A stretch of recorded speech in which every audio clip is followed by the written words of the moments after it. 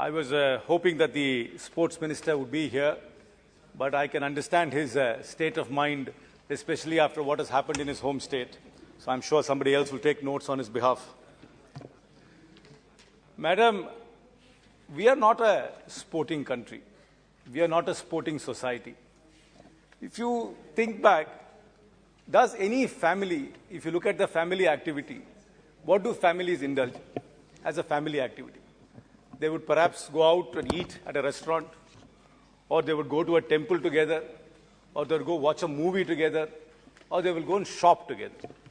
We rarely see an entire family playing sport together. Have you ever seen a mother, father, and two young children actually playing sport? This is not part of our society. Sports is really not part of our society. And our educational system, which is based on this exam, tuition, and homework, is the greatest impediment for the growth of sport in this country. I have very few concrete suggestions which I hope the government will take into account.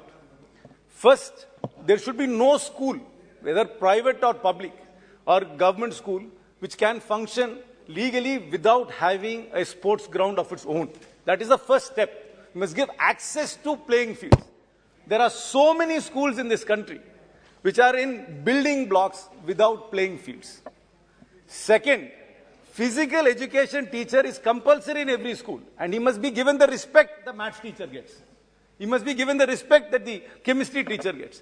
In most schools, the physical education teacher is only used to catch late-coming students or to punish students who are in detention. There is no respect for physical education teachers. First step is to start the society, the educational system must start respecting the physical education teachers. Third, see, as we are an exam-oriented society, the only way to make sure that sports is compulsory is to say that if you do not meet certain physical criteria, if you can't run a mile in, say, 8 minutes or in 6 minutes, you can't write your board exam.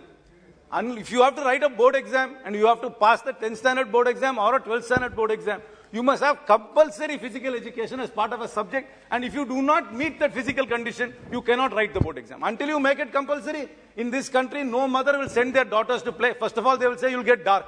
So don't go play sports. That is again another cultural thing. You'll get dark. That's why most children are overweight, because they do not play sports and they are caught into this vortex of exam, homework, and tuition. And the only way is unless you make sports compulsory and a certain sporting standard you have to be met in order to pass the board, to write the board exam, people will never take it seriously. Madam, I want to tell you something else. Please don't build large stadiums.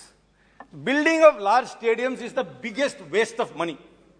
We hardly use stadiums. If you do a proper audit and you check how many times a stadium is used where it is full capacity, you will realize it is used very, very minimally. Please do not build stadiums in this country.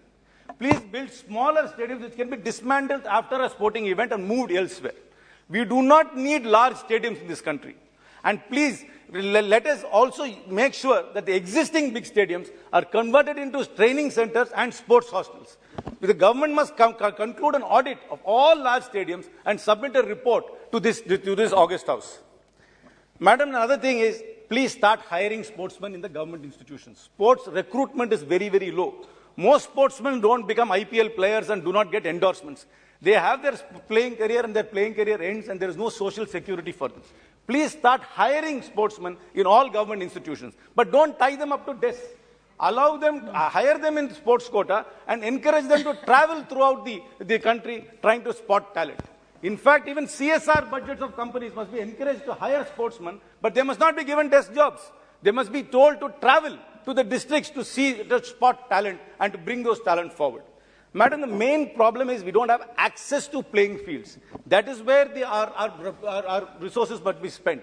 We should not be spending on stadiums. And we should be spending money on coaches who can go and spot talent. And we also need to encourage international coaches to come to India, pay them market salary, so they will find it viable to come and work in India. It is very, very important to have the new technologies which are available in sport and to bring them here. Madam, 2 more minutes.